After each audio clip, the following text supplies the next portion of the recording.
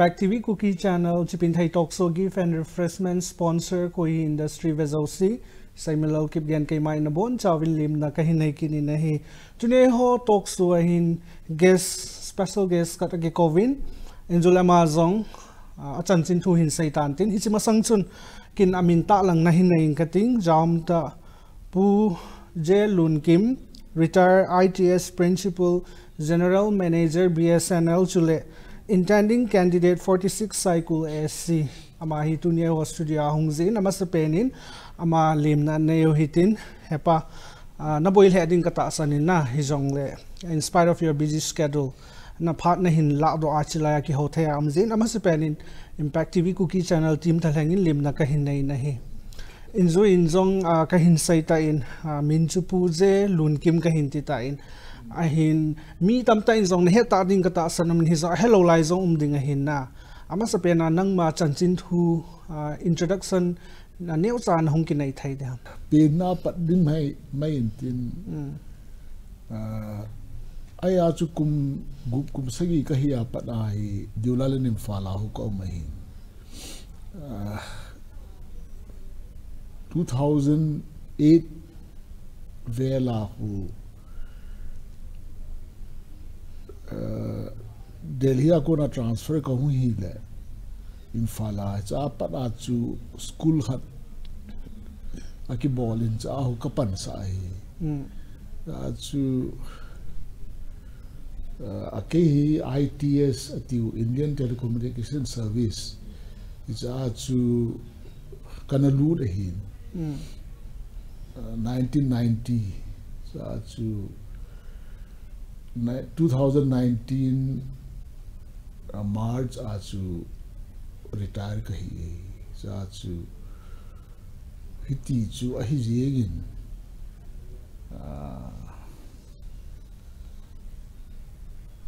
echi sota phar tam jo wang chu infala posting kan hin na kumni teng na Nagaland ang somkhat kum khat lake tawang posting kahin na dang si chu infala hi posting kahi ahile pai khat enjoy na hin sai bangchun family sung chang dong thom ta ni hin sai thai de ham like to hi naute hoi zanum ham ipp bolo ham chule dang jong chomcha family a jong neucha na hin sai thai de acha hi thumbu ka nei alien pen pa hin na tong in na neo sakhat government na ting le abana nu hin law simin ting le athum chan na pa hi competitive exam ho pin na sa chu hitia chu mai ahile life am khunau khung sai wenga khu Lodestar Public School school min thang ta khat zong hi na hi school na hin phu do na I mean vision ipi ham ipidinga hi school khu na hin phu do ham chule tu chanai kumizal heng hitam chapang izat na nei ham school chung chang thu jong cham chan hin sai thai da chua hi a school khu ipidinga gi phut do ham ti le e ho ti chu zat ahung ki do ahi kagia la hele e ho chapang tam jo hi school chom ba kai hi na not necessarily e ho aim ho school hello cha chu ahi theile school phadom khari ki phuran nang na e ha aji chu a school hi au mek wang ka tipu e ya chu to some extent discrimination thei ipi thei na mi ethnic issue ampa na chu iti ho ka gel le phata chapa ho emi chapa hon na le kha sim na thei di vision chu om hin zale nam no zu ki kai sa tho hi o zo hoyong atam yo mail hi na hi cho chu ahi pu na ya chu ei ma ten rani bola na ting la chapo ho ei ma ten attention na thì chú freedom ta na environment free environment na asim le thei diu chu ka ge le a hi le chapang iza tabang na nei am chapang chu zanga walang an hi a tu ai covid hong pha na hi ki thei talo abula balum thei talo na a class ul kai talo ya na a ke mong sun ran ka bol a ka loi nun ran a bol ya na cha chu thil phata khat a hi na a hi le nana to na langa ga chi hitin pa retire na hitan na hichi ITS Principal General Manager Bsnl hichina na mudan hi ipi thua ko na mu ham huilanga it try na bol ham na zo mudan chong sa zong na hin sai thai dem aji chu hichilanga hi try ball nom bp zong le na knowledge sin dinga it the try na hin bola ip exam na hin bola hi ti a hi hichina to hoi na hin mu ham it's UPSC through a hin na to adang dang ipida civil services tabang ko a hin ipi ti da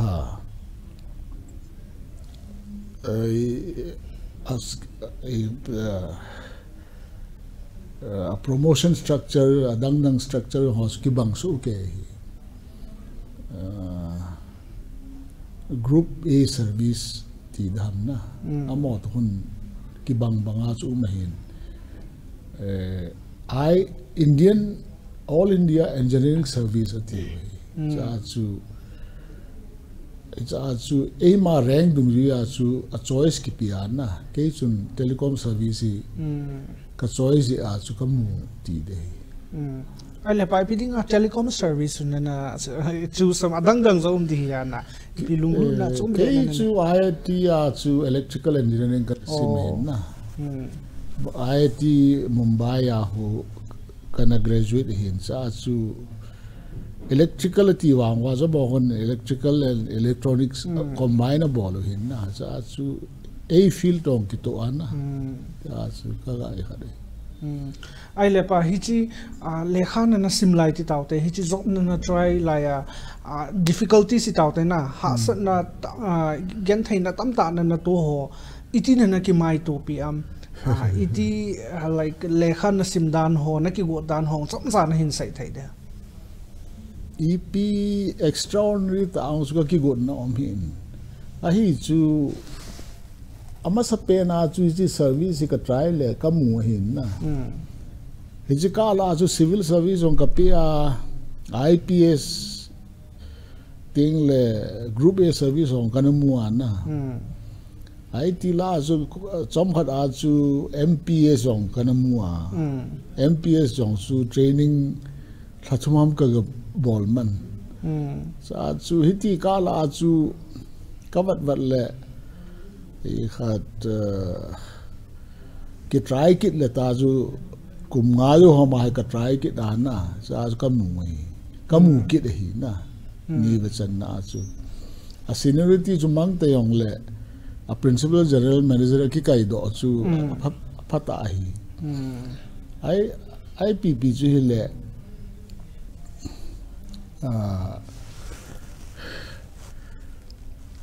a problem to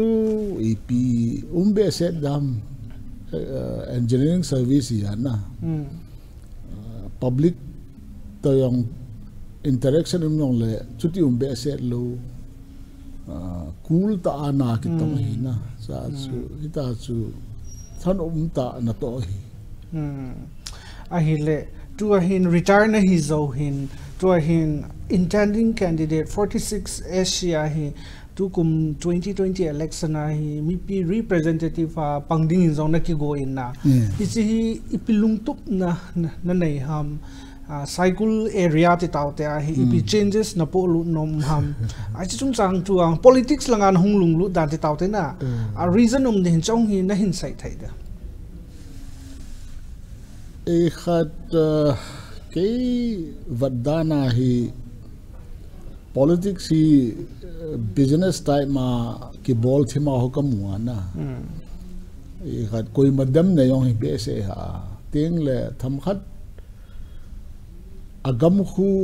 plan nei ta na development hi thu pi pe nei develop hi le peace develop hi le kipa ne na thanop ne hiti cho hin hitabang environment a hello le infrastructure na chu ingai char so ke hi hoilai yong Saikul ke hulo na ipm le ting le mi te hi a living standard hi ala sam pen hi chu Manipur hi na so ka gel po na jong uma chu hiti ho yong su ki gel ho hin ting le e ho situation hi tudi ta chu mi ho to zat da ho to ikita tu nau I khat nau ho ikita to ho te ka ti he pu na amo hin ei zo tho be se ba yong no adop lu na ko ka na min itiam khana chu ignore able thim ba yong khu kamuin amo sei se ya khu ikitol le dan hun kamun chong su hi be se hen apha be se thile pun na sa chu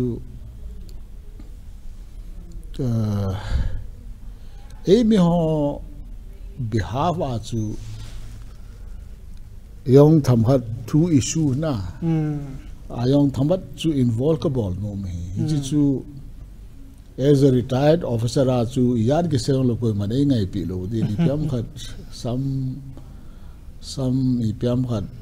din mun khat ki nei le ti yong su au me a khopen ta wang su development chu ipp ki se yong le ai le pa development na ti na development nai Saikul area hai ip development pen hi focus na bol no mam as an intending candidate khat hi na pi pe na alampi ho hintin na a health services ho ting le ipiha college ailu le school ho na iti ho education lang thilang na ngong chu tam to ma chu api pe na chu e ho dinga health water supply na ti ho hi electricity ti ho na zo hi poimo pe ni chu lampi na adi da lampi condition ho yong hi pata that tu nga na iti ho ko gel ai le pa khang tha ho youth ho ti taw te na khang tha ho dingang hi itabang bang pitida changes a hi lo le plan na nei umam as an intending candidate khang tha ho hi a future hi chula e ho lo hi langa chu past i had a isu lang kita chu na khang tha ho chu ho future hi amo chunga ki kine am ha chu na ho to bang na cha chu a khang tha ho de nga yo hi zui the ya chu ki no ma chu ki la sam le yong le cha chu amo de nga hi inspiration a ki the ding teng amon jong a step ba so hun na the diu chu ki gel ma chu langa chu e ji chu ki zo de nam ki zo lo de nam pathin khud am ya na hitia chu ka gel chu ai chu tu lai hi social media ho i hot ahung pun pha na he na khang tha ho tam yo hi I khat alungelu hi clear ta lo chu all ipt da ting le tu la ya ip addiction yo the chu mobile cho hi cho yong hi kon khat khun mobile hal hi la ta chu ki chim e ma chu phado si manga ti ho hi abol da wa langa chu addiction ki ti yong hi drug ki hulo chu mobile ho addiction thi anything hi evolve wal addiction thi chu cigarette jab ta ma chu so hi thamat akhang tha ho hi thamat achi thei diu ka de chu changes na important di chu hin ale pai ho Kuki society ati tautena forget about Saikul song ga hai mil hitin agong hongin ku ho Kuki society a hi na po nat pen na naki hial sa nom pen ipiham and azi ipiham cho hin sai thai da e ho hi langhalanga chu e ho hi anaga ho tabang ki lo chu na zat chom ki loi khom hi lo piu chu yara wai phi gang te ti taute I cho na ki bang chat nu mei man hong ki bang chat I paong ki bang hoi I cha chu thisan khat hi ve ti chu hai mil lo ding kon khat chun e pi ta kon khat chun a Kuki try be pui ti loi ong try be lo le I pi ba ham try be lo le zong le nga hom ke ta lo chu abi him yo si try bi chu e ho hi schedule try ba ki ma chu schedule ki ti teng le chun mi tam te na ge la schedule ki ti hi e khat facility mu na ge chu na lo pi chu I chu sa ga ho yo chu schedule hi teng le chun I gam le si chu constitution a hu chu Mizoram ve tang schedule tribe hi wa agam wa khu kol wa cheng the lo chu to a chu Nagaland chu ti ma na Meghalaya ho ja chu e ho hi schedule tribe a theu hi ki pa pi di chu chu ti lo le a Kuki chu general tribe he mail ho banga general tribe he le chun EP chun I gamo hu dam general tribe ba chu e khat land ceiling act ho ma na hizat kalwal hi mi han nei thelo di ti uma chu ai le igam le se ho su ko no hu da mi tam ta hin agam le se da gel kho ya na 80 hu dam ti gel kho ya tu din mona se ho hin langhalanga Mizoram chun state nei wa nga schedule tribe hi wa chu hi jong chun hu ki thi chu a state mai hi wan nang schedule tribe hi daw le mi ki thot lu thi chu na e tabang khada chu I ge lo wa schedule tribe hi e ho gamle go yo hu hi na I le se I chen no yo hu hi chu ti lo le schedule tribe he pui I ti wa le chun koi hong cheng thei chu na general tribe ho na general tribe mai lei Bengali Assami na amo hi tribe hi dai lo chu amo hi general kiti chu general caste kiti banga ho general tribe yong ma chu cha ju schedule caste schedule tribe kiti hi government in achombe a hu chu agamle se ki hilo facility yong pi ita chu ma chu it's a chi understanding pa hi thasam ka sa e ho ai mila hi ta chu ka gel chu ai le pa intending candidate khat na hitan na chule lots of experience nei na hi in retire na hita in kum tam ta na yong na hin to hita in ai ho politics lang ai political leader ho ti taw te ho Kuki society a political leader ho hi anangin ti chu apiki de ha navet dana alhin zo lo now ahilo alhin zo now IPP na mu umam na se phat sa no mahilo le hitia vai pu ding dan thoi IPP na mu do umam apha phalo cho zong as an experience kan hin na hin sai thai da ipiong ko yung langalanga chu asai kula hubuyam thong kun na aha to tho ya na education formal education nahi yong le abol thei kho ba zo bol ya na koi mo thei yong lo pi chu ai chu politics ki ti hi mi pha mi ching di be se lo chu thilum dan chu ka ti ai chu akai do yong hi aha a public hin awareness ani ya hele wang chun ka hin a public yong hi turi ta chu I khat in general la chu na public yong hi meeting la nga cheng ki ti chu is that be head yom sa chu amo yo hi alisi to ki to a cha la hu kam wa na e lo hin thamat chu change ki bol thei dam ti chu a little na kami yong le amo koi mo de ka nei do pi chu ti a se na cham chakha news khat et on naga bol thaile ti cho hin na ale pa to hi chi intending candidate hi chi na ki go nai to I chan na pha ta sule campaign na chi ding zong ka ta sanin na Saikul area mi pi ho reaction ipp umam and longel ipt to hi I chan na pha hi tam iti na ki go nam chong hi chong ta na hin sai thai da hi chi chu bol thei chan chu ki bol la hi Kipgen tin pathin lung se de hai le kinap na su umda halo pi chu ep chu tong le mi bol ngai tu na yong I khat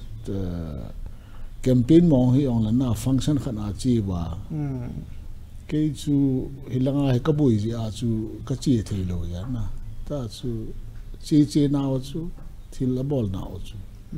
ai là bài trong thử khăn hình sai khát cùng sắc gì cái hiệp na khát infala hung me cái tin na ai le na history vang chu na hin sai ta point Saikul lang hi main focus na pi zep dan hi ep main reason dan ham chong hi chom chan hin sai thai de ke ho family hi is Saikul area bi ho ka hi chu tu ayong hi party dam ama khu Elmonon village na we had island subdivision sa khu ka nei wa na ma house na sa chu I roots chu hilang area khu a proper cycle hi ong la to hu island ati ki do wa na chu ma a khan ki do wa izong khu island subdivision hu phata do ma full fledged for example Kangpo pi ho full fledged hi na thei dinga I thum bang wa hona island dong khu full fledged thei dam a constituency chu athakhat hi ong la na a subdivision chu fully functional hi thei an nang le a public dinga khu south ata chi chu khat even Saikul ji nga khu a bureaucrat ho who I lo le anatong na government service bol ho who posting a chi nam chi lom ka hel lo chu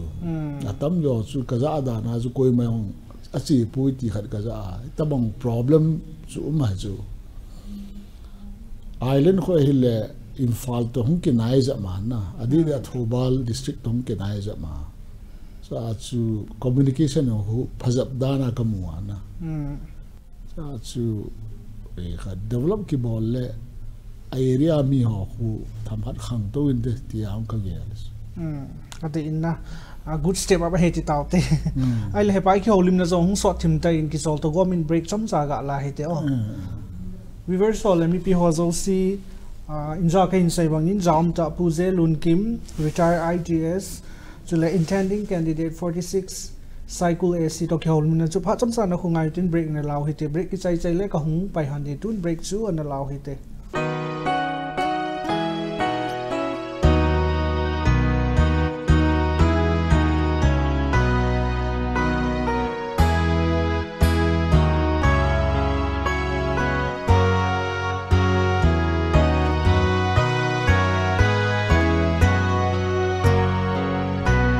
Khoi hi akon hung kisim do don thei zo se hi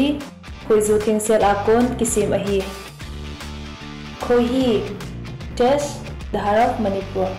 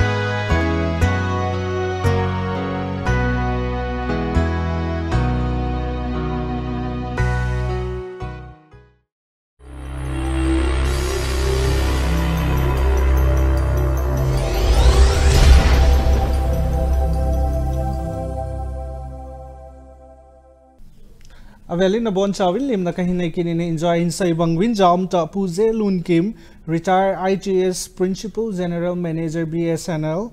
Chule intending candidate 46 Saikul as Shitoki Holina so break masang so ni chivin tun break zo ni chi pai ki jing o hitin ale hepa ki holim na so na pan pai ki jing hitin na ale tu to hi zong na hin sai ta in Saikul area hi IPT de ha main focus na pi no ma hi na youth chung sang thu zong na hin sai jin thil tam ta na hin sai ale hi chi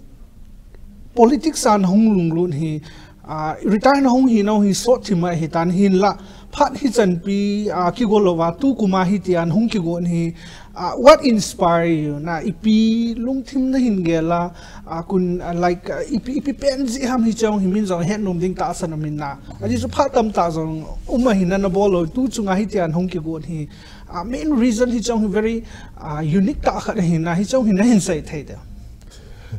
election lo ikat cái thằng nó này MP rồi chú, anh làm cái nào chú MP làm yo hi cái thằng nó này, ai chú cái lập lâu chú, ai chú MP election chú April 2019 chú na, April May thì đam, sa chú last date chú cái lập lâu, among ang chú lakat lani bẹp ta na. Ki resign di ong su ai lo le resign katin ai kha voluntary retirement la di ong su ki nai be se tan na ai ti a chu ai chi wa chi election pai ya ai ong a Saikul mi ki as ka thanom ti dan su ai le pahitia nahung ki gon hi family ho reaction iptiam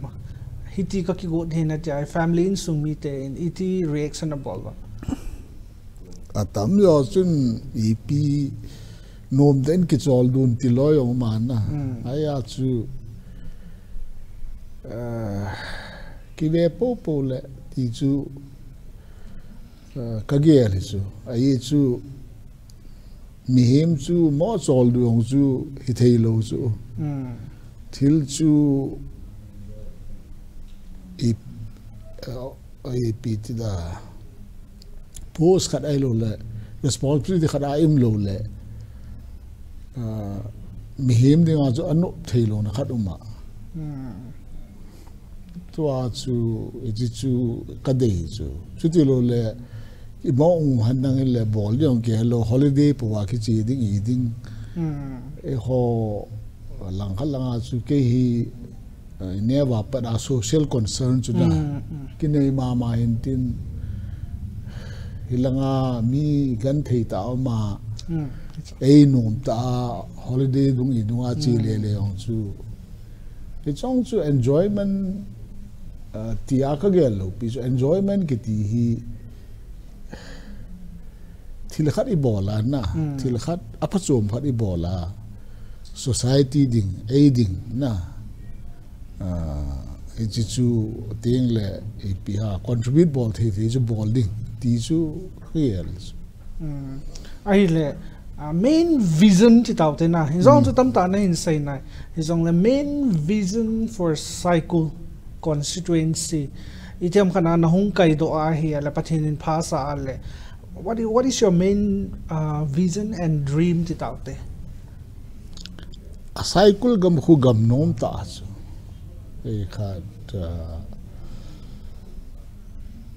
gam nom ta hi a hu ne la sa ong ni na athupi pen chu ne la sa chu ya na atu yong hu mun na nga sa nga phazap dinga ka gel chu IPP le ke ideal chu na do le some sort of a model APT da model constituency na mi hon ya na high pi ho village ho bang ho phat ta bol wa na ta khu mi ahung lut dinga yong lungel no mai chu tabang khana khu APT da area khu tham khát area đang in on job trading ti chu kinap na hi an na ji chu a main idea hi ji nga chu all round development na tieng le ipiha mi ho na mi ho yong thaselowa ai lo le mo mum lo na mi ho activate bola na a public EPT da mobilize bola na thil apa chom ding I ding I cho chu idei pen ho chu la le se na chu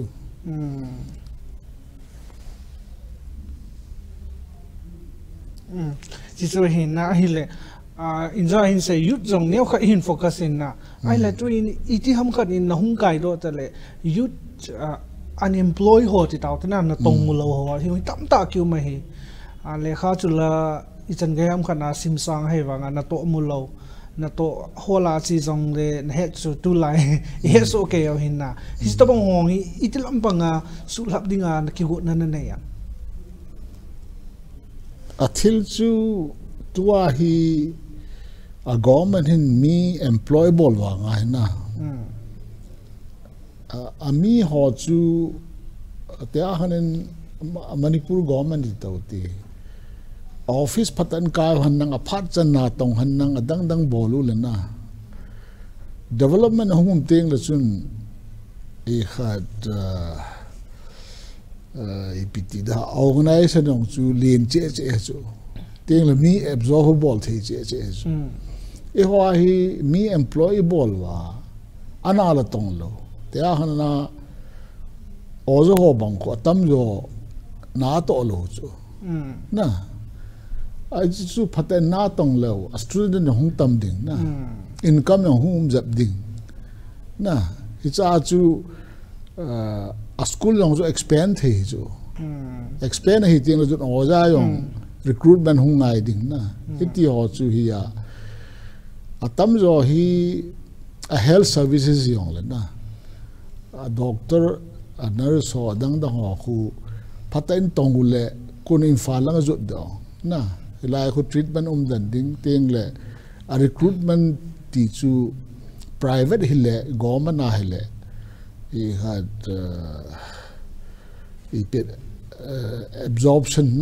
absorption of EPH mihim na ti chu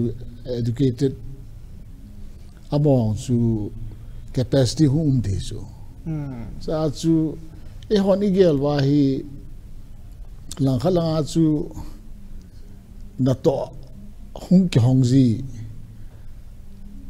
asipai lang ti lo he dang ho hi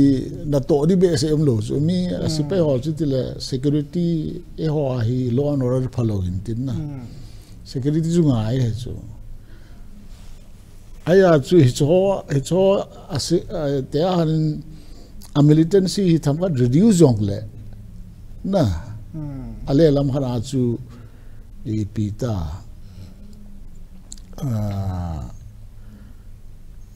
reduce han nang hile amo absorption pa chu hlasam mai the aya chu in other respects a chu hung phachom di chu ya na business kala honge business kala ki honge business neo cha na household business ho ahon ulle sum thum pai thum dim se na a business u khang thei lo yong ma so aya zu gam nom ta ha le sit phata ya chi chu e hon iman cha thei wa na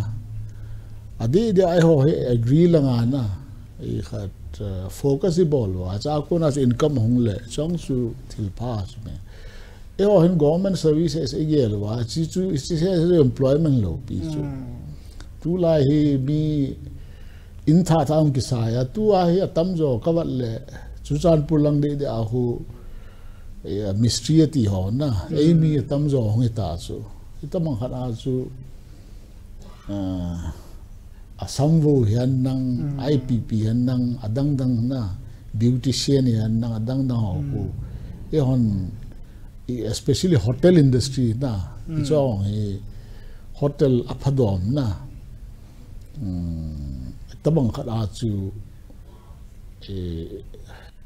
business akhan ngai chu chiding a environment militancy yong athom jap ngai na ting le a gamle si chu gam hoi ta ya imeo si phathe chu na tamanga chu igelwa sammin sa ju idar udar chu thilho chu ibolu le ipida I khada dam tamzo eho hi ipiha a oza ki go ho chi lo tieng le chun a school chu om lo ta bang chu a tamzo phaya han pui su wana phaya hu study bolo chong chu khel the chu ai chu itabang khada chu a local area hi development ti chu alampi adang na ho ke se ana education lang yong adang lang yong all round I had development chu hichi chun na to yong na generate a building income yong generate a building na cha ko na chu growth growth le chun more ipita capacity for employment na chong chu do de thil di ta thil hoi ta khat a hin na ai le pa thil khat na hin don ka ting tua hi kum iza no mong na hi tam adi chat ne kum 62 ka 60 to 63 ka hin go ta 63 hi le IPT dan za na in sai bangin na to ako na retire na hi tan na na ki chol pha zong hi tan a hin la society ngai lu na zala hi tia pan na hin la ki won hi pa cha ta la ki pa pi ta hin a hi le na kum to na physical structure ti taute na body chule na ki mancha dan very fresh na hin line na very active na hin ki pa na ki pa iti maintainable ham ne la cha ipp na ne ham and then iti physical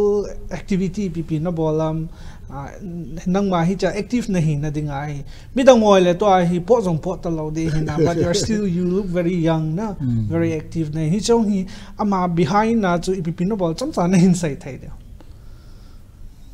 ke hin atam zo hi e ho hin bu hi I ha ne wa na ke hin atam zo hi tan ho ka ha ne chu ai chu ita atamzo ipita ho na tamzo ne wa ko ne chu eti ho chu iga agel ho hi bu ne yong hi ipita ta sa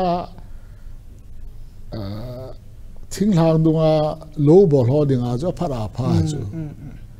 aya chu ei tabong na tong be se lu dinga chu na sugar problem the na tiếng là digestion yong ha na EPP le a diet hi wang thu pi ha chu adang exercise kiti ho chu kin ka ha bol he a hi chu ke hi football player kan hi chu football badminton kiti ho ka ki che thoa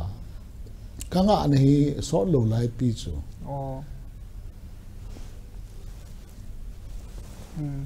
ai le football na ki chip hi chom tan hin sai thai da hui lai lai itin na ki chip mam I chan ge na ki chip mam chom tan hin sai thai da ke chu amena chu IIT Mumbai ya chu ke ho IIT dinga chu IIT Mumbai dinga chu captain ka hi chu ai le ichika la chu akan kan le ipi local to tournament ho khu ka ga chi ji a ka ki chep ji na ti chu IIT dinga helo na mi hon loyal pa hon ing ko wa ka ki chep ji yong ma chu tiếng là ipetiva division a cái gì mà cô chỉ ai khu ở Mumbai thì ngã chú second third ho na second third cái asum ba second third fourth ham na chuang chu akan kana ga kichip ji koi ma particular club hiloan na mi hon higher ball tai ba yong kana kichip ji ai le ki papim ta hin na sports person kha zong na hi and apart from that na toli ta kha zong na tongkin in and to a society a dinga na hin kho na kap dok ki got ki zong hi piti da ha khang tha ho a dinga very much inspiring ti taute very much inspiring idol icon khat na hi ta in na yo zong ka hin ki papi heaven al he pa na hobby pp ham phat ong na ni tin pp no bol zi ke hi khat online ai pi ta tu tua hi masanga chu azat so min tu tua hi pi ha bridge is guna bridge is online bridge guna is ku ka ki chip chu ka thanom na ta chu teng le pi ha football na football yong hi aki kichep lo wa follow ka ball hi English league yan dang ting le Spanish league Italian league ho adang nang European cup ai lo World cup itio hi ka ha bis be se lo football fan khat to mobile game na is na hobby hi na tu adiga che ai lepa school zong na ball win za zong hin sai tai na ichi lot star public school na hin ball to na hin to epp to hi chi na hin ball la hi ichi na time hi maintain na ball lam stress on phat zong maintain na ha sa na hin to phat zong mai thai anop na hin to phat zong mai thai ha san na boina na hin to ting la ichi na ki mai to pia it's hard to langkhala zo school hi had ke ball hi ana family ti chu kanung ai had nung sangatin ai had kanu pate lang sang hiong le na adang dang ki thu khom khoma ki ball hi a atam yo chu ko kaloi nun rana ball chu ke hi mo ipiti da ha some technical input chu kapi na chu advice on na adang hita chu office ke ka hi atam yo it's school khu 2002 a ki pan hi na to a hi around ya dita 20 years dita na 20 years ho kita it's chu atam yo phar atam yo wang chu ke office kai pe ri chu sa chu contribute chu ki bol na chai wang a chu ta chu e kha a ki bol lo ti chu atam yo khu e ga zo ho vice principal khat ho man na ti ta ki thu wa bol chu ki pa pi ta hin na school ball ki ti hi piti da pathin na to khat zong hi school zong na ball ki no chapang izan ham kha khumulo ti chu aji thailo sim thailo zong na sim thai sa ki no na he sa thai ki no and then hi ti a society a dinga thil tam ta man tam ta na ball ho hi ke hoin zong ka hin ki pawin chule ka hin pa chaw hi ti chu ka hin sai in tin a hi le pa pha zong ha ne han ta poi na a chai na lam hi ta in tin to intending candidate khat hi na in na adi sanai ho Kuki society chule Saikul area mi pi ho ko ma ipi sainom na nei umam ipi vail ha nom na nei umam chi election zong nai cha hi ta in na iti ki go diam chule na ki tet pi ding ti taute candidate dang ho ko ma zong ipi sainom na nei umam agom homin chom lam ta na hin sai thai de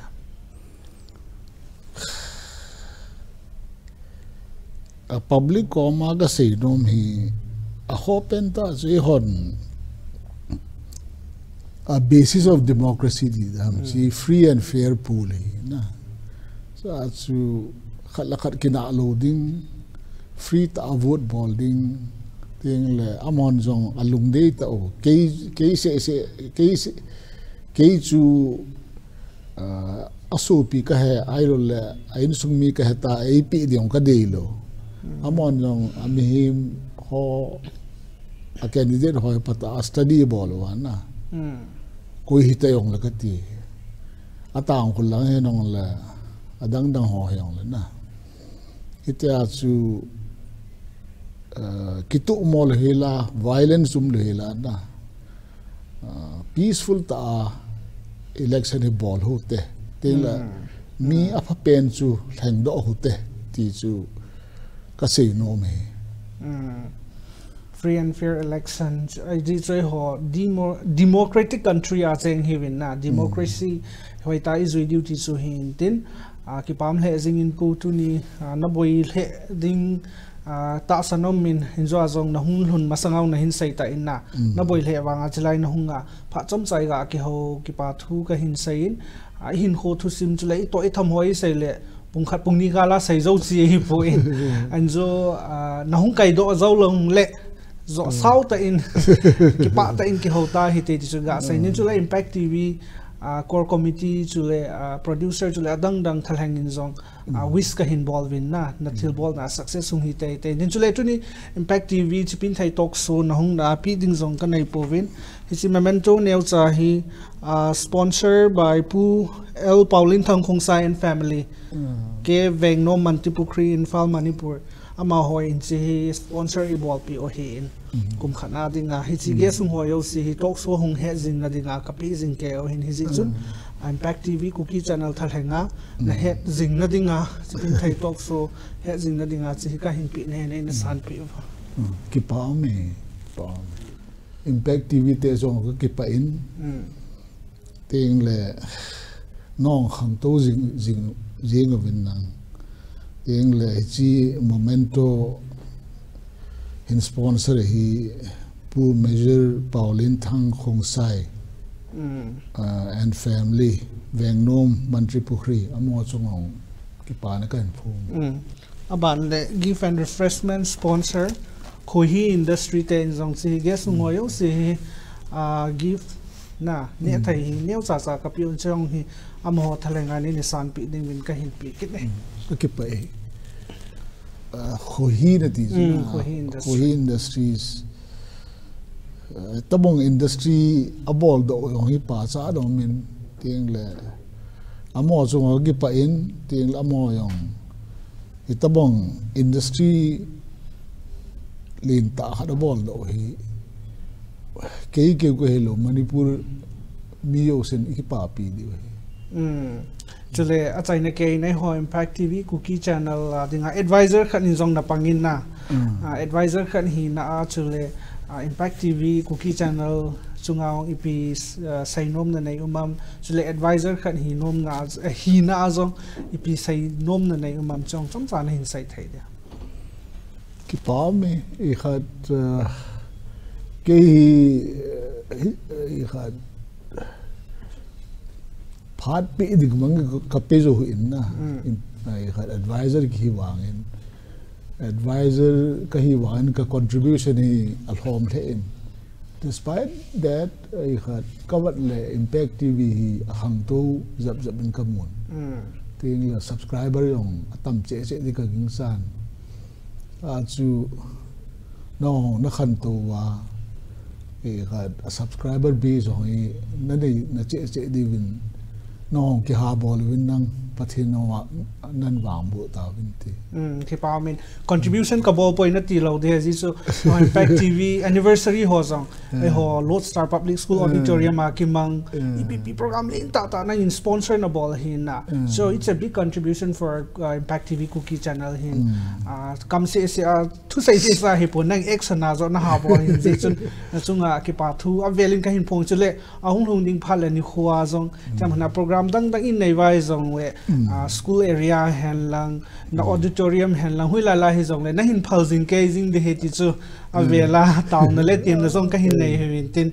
ki pam he jing he pa tu ni a chlai na hung pathen in phathen bo in tin na chule hi chi election na te na zong hi in zo zong hin sai ta in pathen to pang khom hi in lang hung zong hung kai do te in lang di khating le ptd ha success hi nào thì tao thế na như khu tình lệ chỉ sang nộp zo lệ sau zo lệ hồi join cái hồ kita ta hi thì chú à cháy na cái hình vai lại he cái bao mày cái ông cái bao dunia dingin impact tv Kuki channel Chipinthei Talkshow hi chan hin ka hin cha in chule dunia ki holim piu chu avelin hin ta langkit leng jam ta pu je Lunkim Retd IGS hi in chule ai ho intending candidate Saikul 46 Saikul AC hi in BP ho in zong this na Saikul area public ho in zong candidate tam ta min hi zong le innovate wa hui chi phadi ham in jo guest pa in hin sai bangin pitida free and fair ta adi ding society adinga pangam society adinga dedicate anahi ahi ki go hoi tai vet wa hoi ta vote in la wai na support ni he ti chu a chai na ke ya ka hin sai hi tunia ding hi chanin hum khana ka hin in chule COVID-19 pandemic chule hi Omicron jong hum na lai hi in to lai pitida festival adu da tam ta jong in ai jiwin he ji chun face masks manjing kai ding hand sanitizer chule social distancing ding tiong hi in a Seiminlal diu chule ganga COVID-19 vaccine zone ki kap diu he ti hi avelai chi channel mangcha public awareness dinga ka hin sai hin tin tunia dingin hi chanin khum khana ka hin nei muntina Chipinthei Talkshow ve zo sin na bon chawin mangpha